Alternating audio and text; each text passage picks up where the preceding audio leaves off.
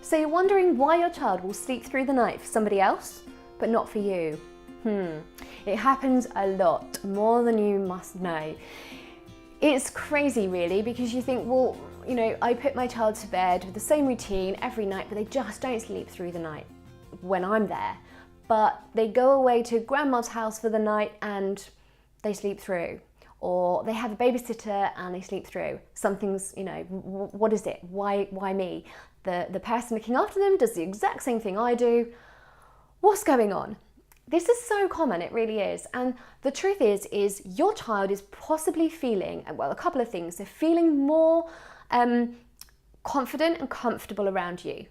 And this is no different to, you know, how we as adults even will feel more comfortable just being completely at ease and saying what we think to people we're close to, whereas with somebody else where it's not, you know, not quite as close to us, we might be a little bit more careful with what we say, for instance.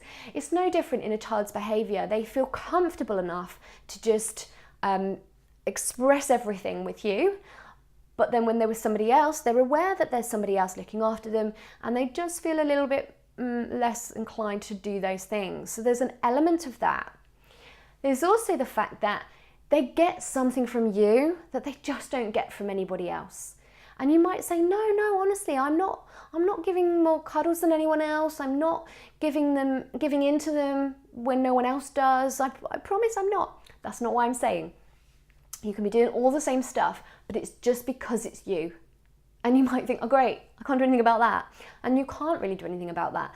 Just because it's you, it's who you are in their life, is enough for them to feel like they get something from you. They get something from you they get from nobody else. They get a sense from you that they get from nobody else. And it puts them in that place of ease where they feel like they may crave more of it, which is why perhaps they look for you more in the night. If they know you're not there, they don't seek you out. They know you're not there, so they sleep through. So what can you do about this? The answer to that is a number of things, but try and spot anything that you might be doing that's actually driving that further. There may be things that you can think, well, actually, maybe I do a bit of this or a bit of that, and you could ease up. Also, make sure you consistently respond to how that child wakes in the night, so that they're getting you, they know you're there, but it's not a great big adventure or exciting experience that they crave to have over and over again. So make it quite, you're there, but it's just quite bland and quite boring. You're responding, but you're just not incentivizing it to happen over and over again. Keep that consistency, spot anything that you might be doing extra, but otherwise just know that it's just because of who you are, and it's because you're loved so much that they won't sleep through for you. There'll be other things you can work on, so do check out my other videos because there's bound to be other factors in this. But this one comes up a lot and people say, well, why? They sleep through for grandma, but they don't sleep through for me.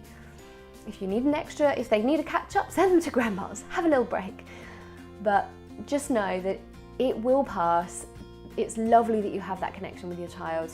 And have a look at what else is going on, because there, as I say, will be other pieces of this puzzle that you'll be able to work on.